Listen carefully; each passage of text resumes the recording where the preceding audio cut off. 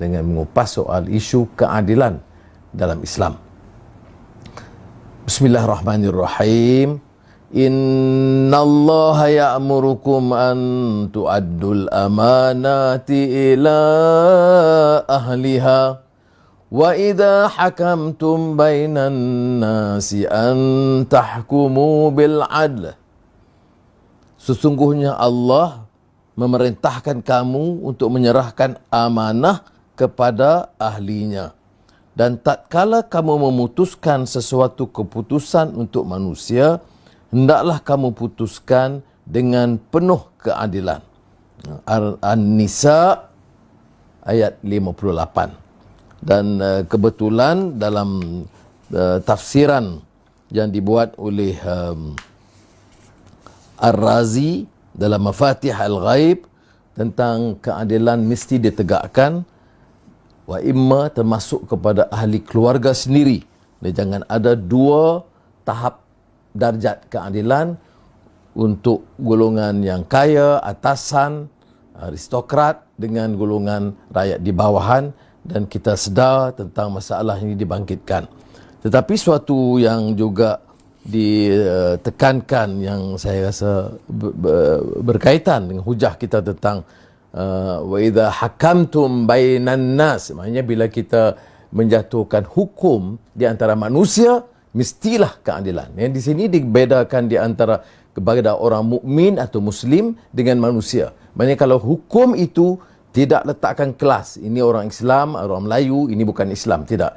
Keadilan itu merentas kaum dan agama itu sendiri, ya, atas landasan Islam itu ditekankan. Imam Al-Qurtubi dalam mengupas Al-Maidah ayat 8 ini,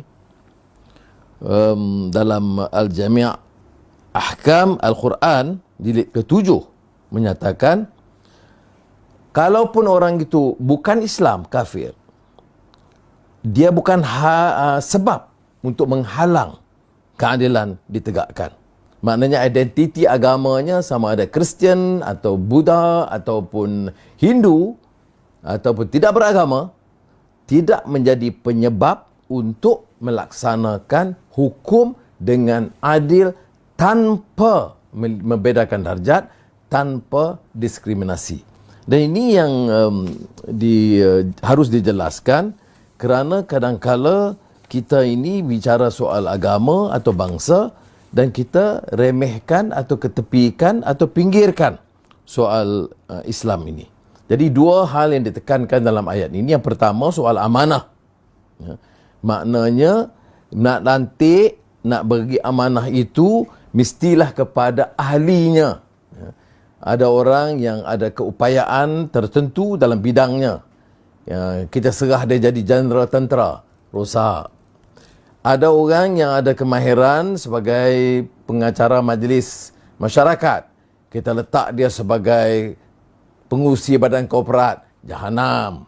Jadi sebab itu penentuan meletakkan seorang ke dalam keupayaannya pada ahlinya. Satu, amanah.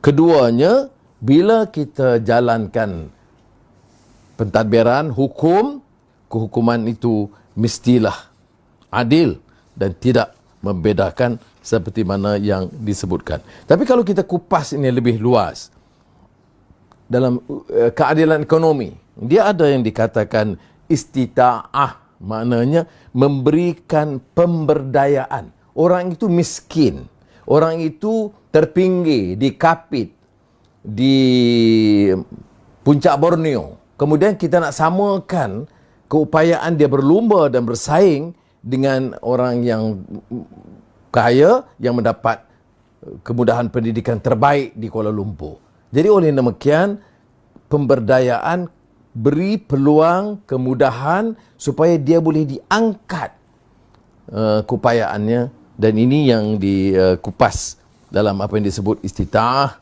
Dan ada satu karya Dina Abdul Qadir, satu karya yang diterjemah tentang keadilan sosial dalam Islam, social justice in Islam, yang diterbitkan oleh International Institute of Islamic Thought, yang menyatakan bahawa keadilan itu juga dilihat dari segi maqasid, matlamat keseluruhannya. Matlamatnya apa dia?